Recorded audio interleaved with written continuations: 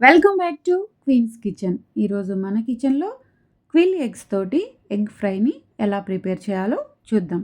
దీనికోసం ముందుగా మనం ఒక బాక్స్ క్విల్ ఎగ్స్ తీసుకొని వాటిని బాయిల్ చేసి పీల్ చేసేసి ఉంచేసుకోవాలి. ఇప్పుడు స్టవ్ వెలిగించి ఒక ప్యాన్ పెట్టుకొని అందులో ఒక 2 స్పూన్స్ వరకు ఆయిల్ వేయాలి. ఆయిల్ కాగిన తర్వాత అందులో పోపు దినుసులు వేసి లైట్గా ఫ్రై చేసేసుకోవాలి.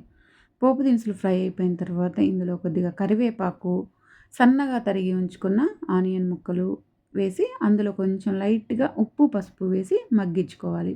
ఈ ఉప్పు, పసుపు వేయడం వలన ఆనియన్ ముక్కలనేది మనకి కొంచెం త్వరగా మగ్గిపోతాయన్నమాట. మనకి ఆనియన్స్ ముక్కలన్నీ మగ్గిపోయేలోపు మనం దీనికి కావాల్సిన మసాలాని ప్రిపేర్ చేసుకోవాలి.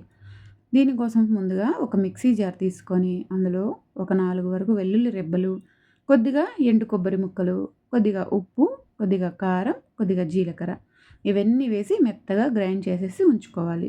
ఇప్పుడు ఈ ఉల్లిపాయ ముక్కలు మనకి లైట్‌గా మగ్గిపోయిన తర్వాత ఇందులోనే మనం ముందుగానే ఉడకబెట్టుకున్న ఎగ్స్ కూడా వేసి ఫ్రై చేసుకోవాలి. ఇవి ఒక 2 మినిట్స్ అలా ఫ్రై అయిపోయిన తర్వాత మనం రెడీ చేసి పెట్టుకున్న మసాలానంతని కూడా వేసి దీన్ని కూడా ఒక 2, 3 మినిట్స్ వరకు కుక్ చేసేసుకొని ఉంచేసుకోవాలి. ఇలా కుక్ అయిపోయిన తర్వాత చివరిలో దించే ముందు మనం కొద్దిగా కొత్తిమీరను కూడా చల్లుకొని ఒకసారి అలా తిప్పేసి ఉంచేస్తే మనకి క్విల్ ఎగ్స్ తోటి ఎగ్ ఫ్రై అనేది రెడీ అయిపోతుంది. ఎంతో సింపుల్ అండ్ టేస్టీ.